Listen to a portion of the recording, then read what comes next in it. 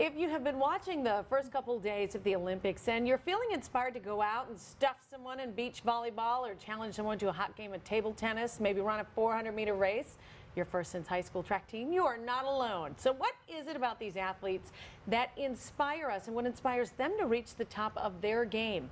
With us today we have Shyla Murgain. She's a sports and health psychologist at the UW, and she works with a wide range of athletes, including some of the Badger athletes, and helping them improve their athletic performance. How are you? Thanks so much for joining us. Thanks for having me on the show, Carlene. You're welcome. Fun to be watching this. It is, and just to think everyone around the world is really excited about the Olympics right now. And in particular, athletes have to prepare physically, but equally important are the mental skills that they need to develop to really excel at their sport. And we lay people can learn from those skills in order to enhance performance in any and all areas of our life: work, relationships, even a creative endeavor like playing an instrument. So watching the Olympics isn't just a passive activity right now. I mean, No. we really could be learning a lot from some of these athletes. You say first access your optimal zone of performance. Right, these athletes know how to get into the best zone of performance, how to access the optimal state physiologically, mentally, emotionally. We can utilize that by thinking back to a past success we've had and what were those qualities or characteristics that allowed us to be successful.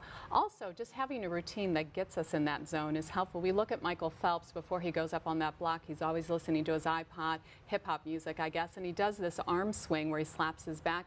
That helps him regulate and get on track and to go for gold. Get into the zone, manage your stress. Right, we need to learn how to manage our stress. Olympic athletes excel at this. Just having some simple strategies like deep breathing, some affirmations, some positive statements that we say to ourselves can help decrease arousal. Along with that, you say practice positive thinking. Yeah, we need to monitor what we're saying to ourselves and have thoughts that really work for us.